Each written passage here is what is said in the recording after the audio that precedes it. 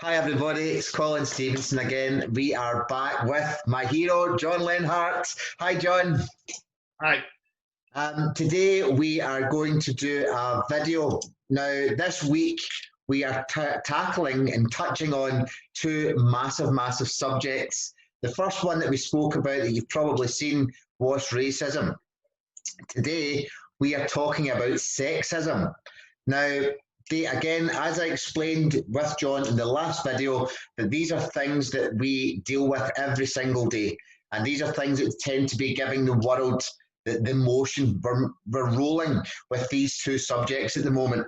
And today, John can help us, and I will put my input as much as I can. John knows more than me, but we'll put things together and we'll break it down in order to dissolve the sexism. That's going to come at the end of the video. But John, can you explain sexism, please? So the issue, again, we talk about 4 ways to handle a problem, and then you start with the issue. And the issue really always comes back to uniqueness, the brain and the mind, the brain and uniqueness. We start with the brain and we work back to uniqueness. The issue here with racism was really the uniqueness. It wasn't so much the brain. The brain was kind of blocking us. This issue is entirely a brain issue. So here's the way I like to explain this to people. If you took a woman's brain and you damaged it in 4 areas, you would have a man's brain. Yeah. Now, I don't know if that could hurt a lot of people's feelings either way. Another way to look at it is if you took a man's brain and repaired it in 4 areas, you'd have a woman's brain. Yeah. Everything is going to come back to the difference between a woman's brain and the difference between a man's brain. And full disclosure, I love coaching executive women. They have a better brain than a male. Yep. And I can show them how to defend their thought process against the male. So as much as I'm not a conspiracy theory person, I'm probably going to sound pretty conspiracy theory-ish during this, because I will tell you that there are a lot of things males do, consciously or unconsciously, to wreck a female's thought process. And I love to help females defend their thought process against males. So again, this all is going to come back to four areas of damage. What I'd like to do in this video is just cover one area. Yeah. One of the 4 differences. And so that's what's called the nucleus basalis. So the nucleus basalis is how you direct your attention. It's the doorway to the conscious brain. Yeah. So basically, when you're looking over here, you're thinking about this. When you're looking over here, you're thinking about this. A male's nucleus basalis moves like this. Yep. Okay? Now, there's all these studies that say you can't take in more than one thing through your nucleus basalis. It's true, but here's the issue, is a female nucleus basalis moves like this. And so years ago, this is like 30 years ago, I went to a science and history museum, and they had, way back then, when cell phones were first doing their thing, they explained that a cell phone signal is off half the time. So what they did was they had 2 telephones. You picked up one telephone and they dropped the signal out every half a second. So I'm like this. Yeah. And then you pick up the other phone and they dropped out the signal every millisecond. And it sounded like this. The signal is dropping out at a faster rate than what you're able to pick up. Now notice, if the signal would drop out and go to another person and come back, it would sound like 2 people are talking at the same time. Yeah. Now, are 2 people coming into the phone at exactly the same time? No, they're coming in, in snippets right after each other. So that's the thing, is there's a lot of contradictory, information. Only one thing can come through the nucleus basalis at a time, just like only one thing can come through the signal at a time. However, if you move the signal fast enough, it can look like there's 5 things coming in. So a female is able to take in 5 stimuli without it stressing them at all. Yep. A male, one. So that's the crux of everything. If you really understand that, because that's a truth, now all the applications, everything we want to do, everything I help women with, all of a sudden everything makes sense. And people come to me and go, why don't they teach this to women? Again, I presented all this on LinkedIn. I have presented this to women influencers, the biggest women influencers on LinkedIn. I presented this to every person who's written a sponsored column about feminism on LinkedIn. I've gone to women's sites, on LinkedIn, women pushing feminism, and explained everything we're going to explain in this video. And guess how many are interested in what I'm talking about? So the reason why you've never heard this before is the people who say they're all for feminism and they're all for helping women don't want you to know about this. Yes. Do you have some spooky music to play in the background? I would like to just jump in on this with you, John, because I also, with my practices and my work, I am a massive advocate for women as well. Also for men, I am for both, okay? But in terms of fairness and uniqueness, I'm all for them, okay? And this makes me, I'm a people person, okay? Now, when women come to me, I explain that they are their brains, because you have taught me over the last 9 months so much, okay? Now, I have to express this as we talk about in my own way. Now, I'm going to talk about a sexist comment that is made quite often, okay? Men are better drivers than women, okay? Now, I always come out with this one, and if I was to ask most people and say, who is the better driver? One of them, women are going to say me, and men are going to say them. Now, what I will say is, you're both the same drivers, okay? Because you've both got the same capabilities, okay? Now, while a woman is driving, and if you and another woman say, so there was John and a woman reversing into this parking space together, okay? And they had a car in between and a car on the other side. The likeliness of the woman hitting the car would be more than a man. Now, they say, why is this? It's not a sexist comment, it's because of the way the brain works. So, while the man has to get the car from here straight into that parking space, he physically cannot think about something else. So he will get the car into the space. The woman is thinking about going to the grocery store. She's going to the work. She's speaking to her friends last night from the disaster that they've had. She's getting the car into the space, and now she's got to worry about her child feeling ill at school. Why do you think she crashed the car? It's not because she can't drive as well as the man. It's because she doesn't understand how her brain works. And this is exactly, I love to speak to this about people, and you and I have never even, you've never heard me speak about this before. And this is the way that I speak to people. It's to understand that they're a different entity. We're all human, but their brains are different types. And again, this goes back to where you are. It's great. Right. So what happens with the male during that is if you try to talk to him while he's doing that, he's liable to lash out, and because he doesn't want to talk about anything other than that thing because he can't. And he's frustrated and he knows he can't. So if you think about it, what's the first area that I like to help women with? Is sleep. And especially during, one of the first things I posted during COVID was it's important to get sleep. Because, your immune system, everything else, now sleep's really important. And it was one of the most well-received, I have other platforms, one of the most well-received, and especially I work in the school system where most of the teachers are women. So if you think about it, in order to sleep, you have to be down to one thought. So if you think about it, why do men fall asleep so easily? One of my favorite questions is how many men go to mindfulness or meditation classes? How many women? The women are trying to get down from this to this. I asked the guy in a class one time, why don't you go? And he goes, I don't want to fall asleep. So guys will fall asleep in those classes, okay? So why? So I tell women, there's two ways a woman falls asleep. Number one, take a pad of paper and write down everything you're thinking about. So it's captured, so you can let go of it and be down to one thought and fall asleep.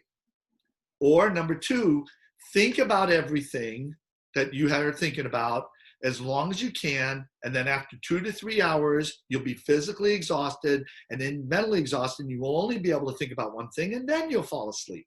But the choice is yours. So it's like, it's shocking the number of women who, that's exactly what I do. Get rid of that. That kind of leads to one of my favorite, things that I say is I'll talk to an executive woman and I'll ask him, do you have a boyfriend or a husband? Do you have somebody, you can talk to when you come home from work? And when they say no, I'll say, I got a guy and you can call him every night if you want to. And he'll talk with you for 10 to 15 minutes. And I'm an executive woman. I'm going to call some guy. They make that face. I go, let me explain this to you. Because a woman can have 4 thoughts, she thinks she can have 5, and she can't. And because a woman can have 5 thoughts, she thinks she can have 6, and she cannot. Every time a woman crashes, it's the 6th thought. That's the issue. So here's what this guy's going to do. You call him up, and he's going to say, what are you thinking about? And you're going to pick one of the things you're thinking about. You're going to tell him about it. He is not going to tell you how to fix it. He is not going to tell you what to do. He's just going to talk to you until you file it away, until you go, oh, I should call that person tomorrow, and you make a note. He's going to do that 2 more times, and every day he'll take 3 thoughts off your plate. And if he does that every day, you'll never crash again. And before I can finish the sentence, they go, can I call him tonight? So when I teach a husbanding class, and that's something we could talk about another time is the definition of husbanding and what that actually is. But I'll say to the husbands, when she crashes, whose fault is that? Well, it's not hers. Are you, when she comes home, are you listening? Are you just talking to her for 10 to 15 minutes and helping her get 3 thoughts off her plate? Because this leads to the biggest thing I help women with in the work world is how to defend their thought process. Because what guys do is they crash women's thought processes. Yes. Whether they know they're doing it or not, they are doing it. And so what happens is there's a term for it. It's called mansplaining. So what happens is a woman's got 4 thoughts, and us guys want to tell them another fact. Well, and we teach them a fact. And they give us this look like, and that look is, really, now I have 5 thoughts. Really, now all you have to do to crash a woman is give her a bunch of facts. And she can handle. Us guys won't try to hold them all. Yeah. We can't. They can. So they do. And they crash. And so one of the things I do is I help women learn how to defend that thought process. And the biggest way, and I've written a lot about this, and this is your area. Our brains are made to work according to stories. Yes. So we are actually healthy when we think in terms of stories. So what I do is I teach women to listen to what the guy is saying and fit it into 3 parts of a story. A story is introduce the characters, present the conflict, resolve the conflict. Anything that doesn't fit the story, let it go. And just take what they're doing in stories. There are 2 companies in Wisconsin, very large companies, that make their executives talk in stories. Amazing. I believe it's to help the women executives be able to go further, because that's what's happening is women can get further quicker because they're 5 times a man. They can think 5 times what you can think. So they get ahead. And then when you get to these upper levels, you're not supposed to do this anymore. And these people are and they think they need to do this to 6 and 7, and they crash themselves. And then they freak out. The way to talk is stories. And that's why, you relate to everybody, Colin, but really one of the reasons you and I relate so well to women is we talk in stories. Yes. And I felt when I speak to, again, it's mostly women that I deal with, because men don't want to put themselves in a place where they want to help themselves. You know, they tend to have this kind of egotistical sometimes, or this kind of, I don't need help, and that's fine. We only need help when we understand that we need help, you know, or we need guidance, or we need clearing, or, you know, again, it's all about, it's the relationship building. Okay, so what we do is we bring them in, we listen to them first, we understand their emotions, we understand their feelings, we understand how they work. We then put them into their uniqueness. We don't categorize, because then that's a robot. We listen to their uniqueness and we talk to them more about that. Because instantly, when we talk to them on their uniqueness, they feel understood. Yep. Which then allows their guard to drop. Then we're able to work on the facts that you just spoke about there. So this is your brain, this is this, and when we do this, it causes that. And then they go, wow, I never thought of that. Because usually in situations with other people, I believe that they go in and they're not understood because too many people are trying to talk at each other. And this, again, going back to the previous video on racism, going back to the previous on love, on happiness, on the introduction, everything is communication. And that is where the stories come from. How do you understand by presenting facts all the time? You can't. Some people have to understand how they work, how the facts work together to create. And, you know, and then you're able to see more. And this is where I believe, again, same as you, we come together and we tell the stories and we bring each other together to then go away. Because, you know, so we come together and then we go away and create this. It's like we come in and then we go out and create this energy. And other people then are like, wow, I feel it, you know, and I can see it. And that's why people that watch us and our people that really want to get rid of sexism, that really want to get rid of racism, and, you know, the people that are willing to make the effort, they enjoy our videos so much, is because we tell the stories and it breaks things down. Right. So when men get in trouble, it's usually because they're reaching for an effect. They jump over a cause and they try to make an effect a cause. When women get in trouble, it gets back to the story thing. So one of the things I teach these teachers when dealing with a kid is, because your brain works in stories, if you say a sentence that is not a story, the other person's brain automatically fills it in. So the example I always give is, if a kid's standing on a chair and you say, get down off that chair, that's 1/3 of a story. Yep. The kid's brain is instantly going, why? What will happen if I don't get on the chair? And why shouldn't I be on the chair? If you don't fill that in, the kid goes, oh, and we talked about exhorters in the last video. Oh, you don't think I can stand on a chair because it's really hard, and you'll be amazed if I do. So they go and stand on the chair and they look at you and smile and you go, you know what my kid did? I told him don't stand in the chair. He got right up on the chair, looked at me in the face and wanted to. The reason he got up in the chair is because you said don't get on the chair. That's the way the human, it's not a computer. If it's a computer, he wouldn't do it. But a human brain works according to stories. So when women get a fact, their brain produces a story without them even knowing it, because they're trying to handle all these facts. If they're not intentionally creating a story, they create a story. And then they do something. Well, every time I've ever helped a woman, I always go, why did you do that? Because she doesn't like me. Did she say, I don't like you? No, she didn't. Did she write you an email saying, I don't like you? No, she didn't. Did someone else show you an email or tell you she said she didn't like you? No.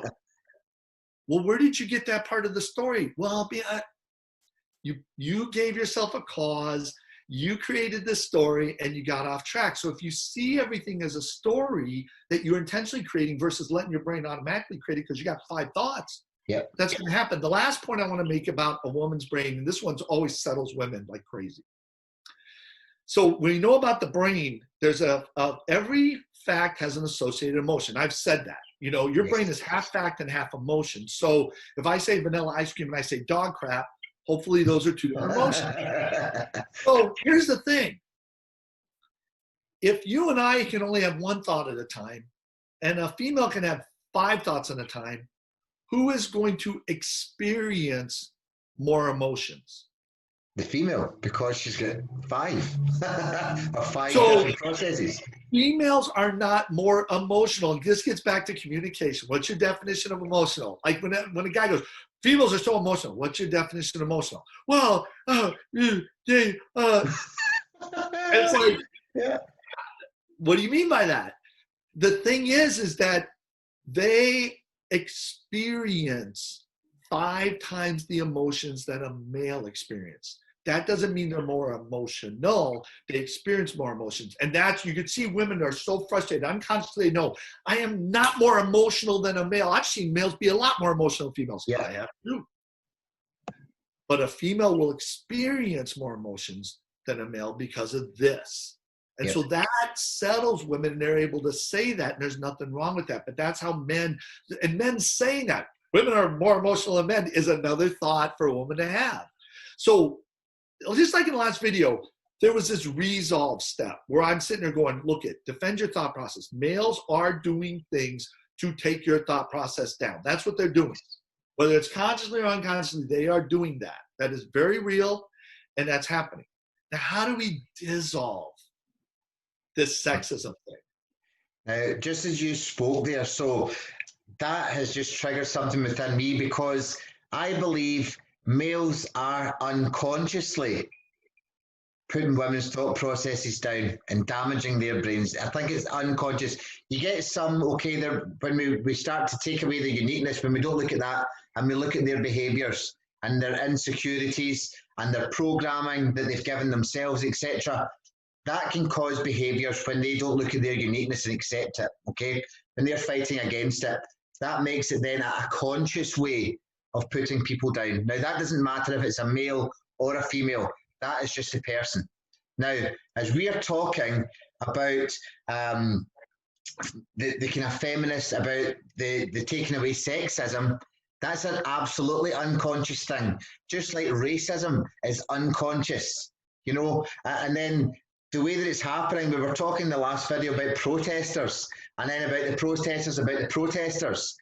We've got the same issues with sexism as we do with racism, okay? Now, if you start to look at the patterns between the big, how can we put it, the big subjects, everything goes back down to lack of uniqueness, or lack of understanding of uniqueness, lack of understanding and lack of communication.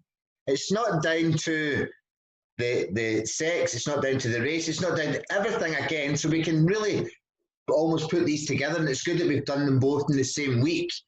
But if it's an unconscious way of working, everyone needs to understand how it is, or why it is, or what they can do to move forward. And again, I know that I love your words, and I love the way that I know there's going to be a dissolve at the end of this, okay? But if people think that sexism is a conscious thing, they're always going to fight and protest. And then the protesters are going to go against the protesters. And then the law is going to come in. And again, this is why there's so many complaints in the workplace, so many complaints in life. They didn't physically harm me, but they're mentally abusing because they're not communicating, they're not understanding. So because a man can unconsciously damage 3 of the women's thoughts or emotions, they still got 2 to keep them going, but they now feel abused, or they feel that they've not been understood. So then this comes down as emotional abuse, okay? Again, emotions are naturally and perfectly normal, abuse isn't. When we put the words emotional abuse together, we're not allowed to be emotional anymore. And you and I have touched on this. We can't be emotional and abusive together because it's true dog crap and ice cream. Right. So the thing that's a little different about the sexism thing than the racism thing is when they make the case that this is conscious. Yeah. And then I show them how to dissolve this, and they say nothing. It's like the protesters, the hypocrite.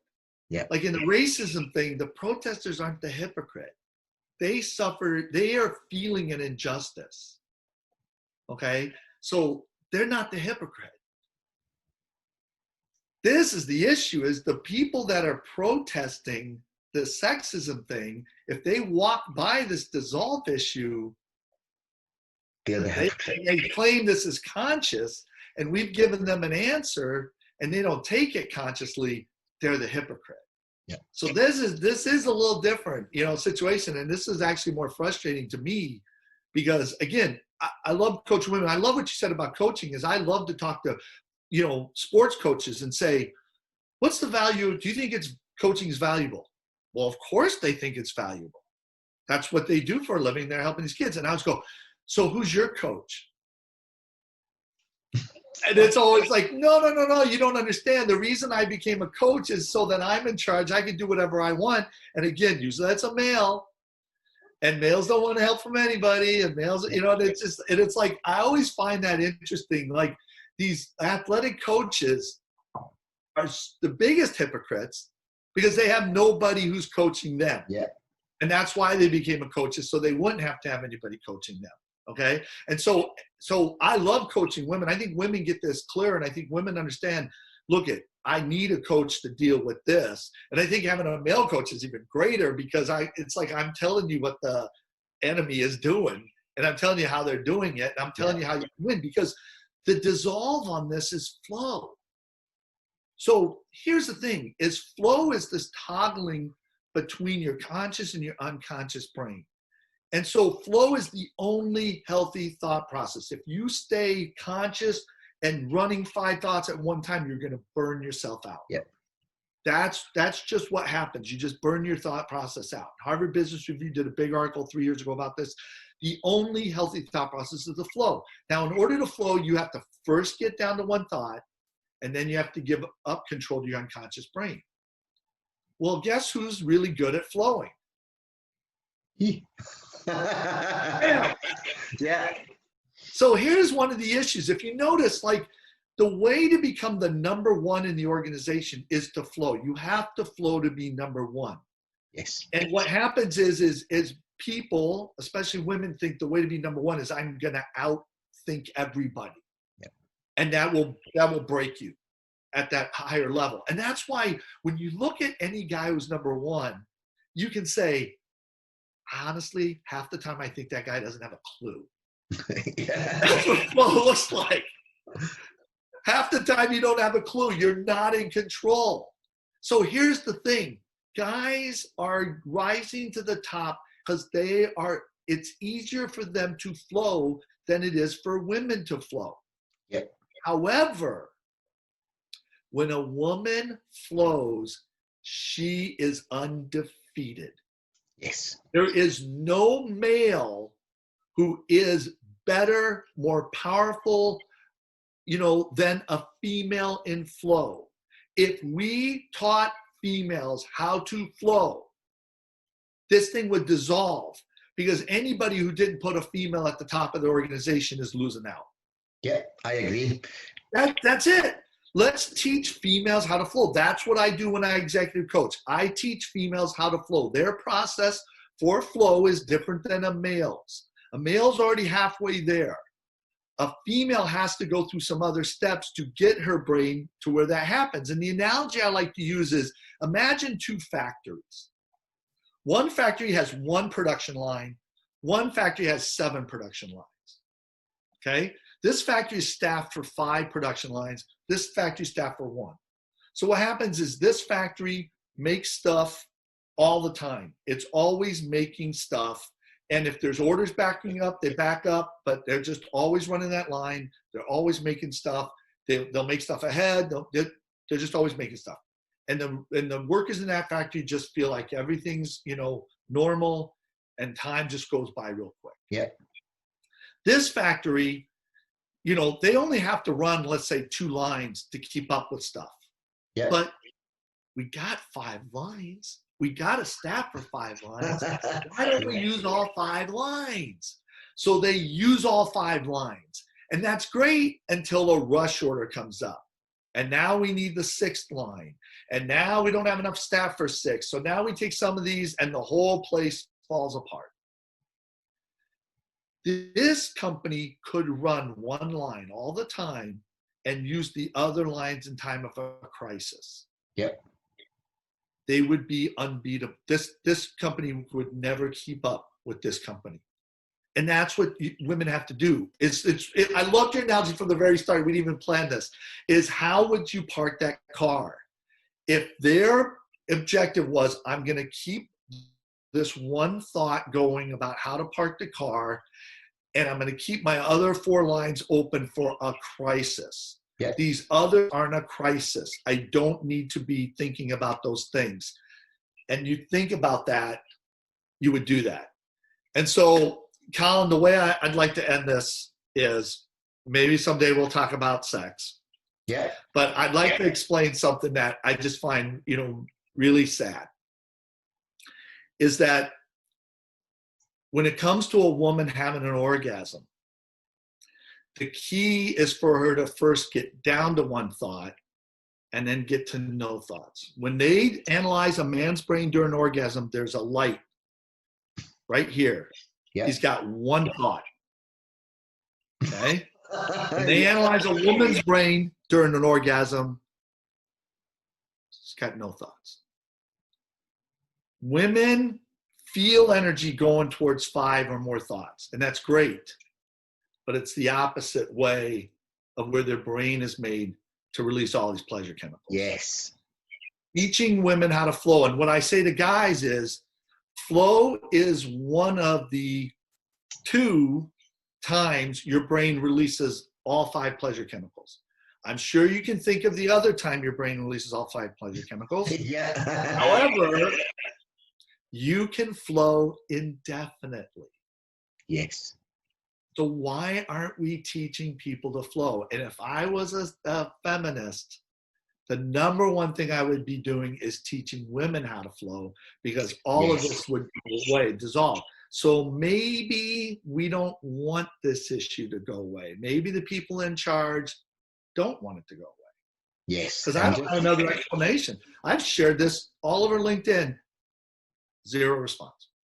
Wild. Absolutely wild. Now, if women do want to change this, and if women have got this drive to be able to change it and put women into flow, they can contact you and you can teach them how to do it, but also how to teach other women how to flow. But then there's also the other side, that we can teach men how to respect, listen, and understand and communicate with women, rather than making the statements or not being able to understand how the brain works. I mean, we can do a lot of work on this, and again, this will help dissolve, I'm saying help, it will dissolve the issues. Yep, this would all be dissolved, but that's what we're about. Yeah, and I love it. So again, another fantastic video. And I will be looking forward to this coming out. It'll be tomorrow, it'll be Thursday.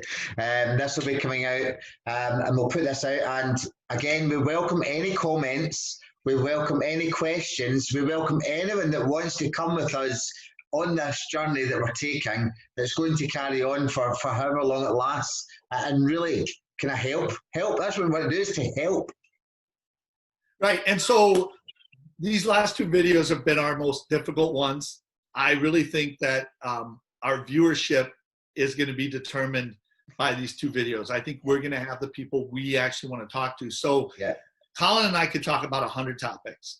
So if any of you have any ideas on what you'd like to hear about, if you put them in the comments to this video and give us an idea of where to go from here. We have a bunch of topics, but we'd like to address exactly what you feel is the most important thing. Please let us know. Thank you, and that's great. And listen, I will speak to you very soon. Thanks very much for watching, everybody. Thank you.